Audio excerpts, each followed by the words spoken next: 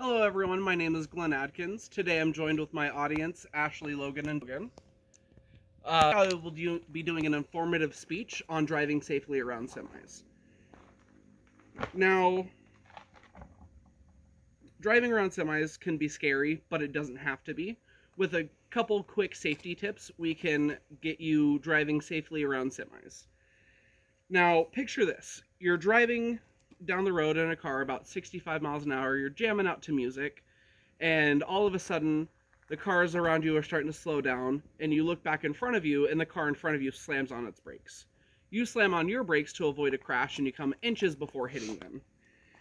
Now, according to the FMCSA, the stopping distance for a car traveling at 65 miles an hour will need about 300 feet to stop.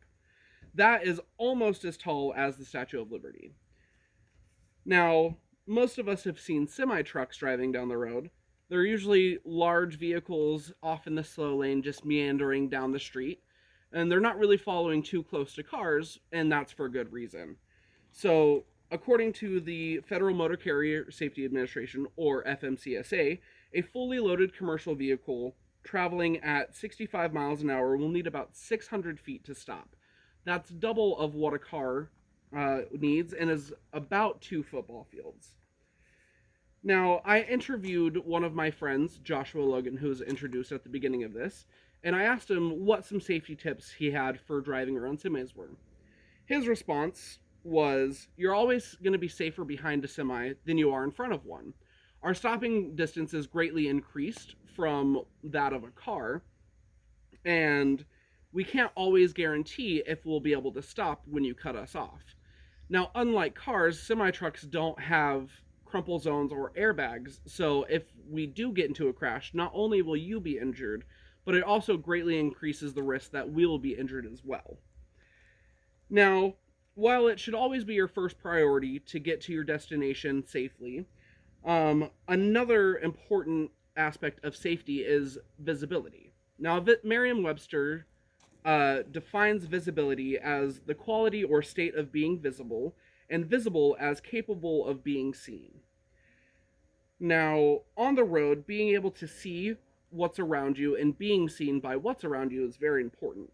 If you can't see what's around you, or you're not seen by what is around you, you can get into a lot of dangerous areas.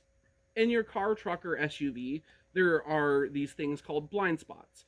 Now, most blind spots vary between different cars, but a lot of common ones are where the pillars are, right by the mirror, behind the driver's seat, and then the pillars around the back of your vehicle.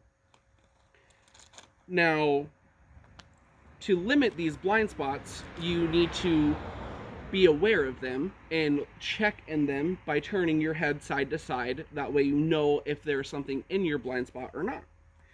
Now, blind spots, like stopping distance, are far greater in semi-trucks. So if I were to stand in front of the grill of the semi right here, if I was close enough, the driver wouldn't be able to see me at all. Another spot that you couldn't see me is right behind the stack on the semi where that piece of equipment is.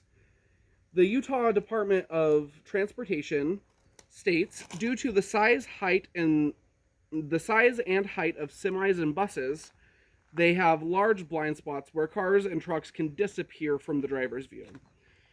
4 areas to avoid are the front of the semi, the rear of the semi, and both sides of the tractor near where the trailer connects.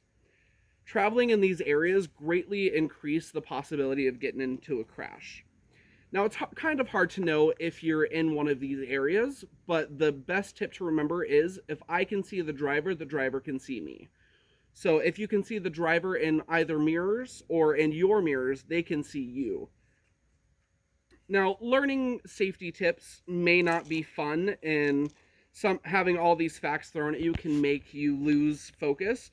Luckily, we're almost done. Lastly, we're going to talk about the weight difference between cars and semis.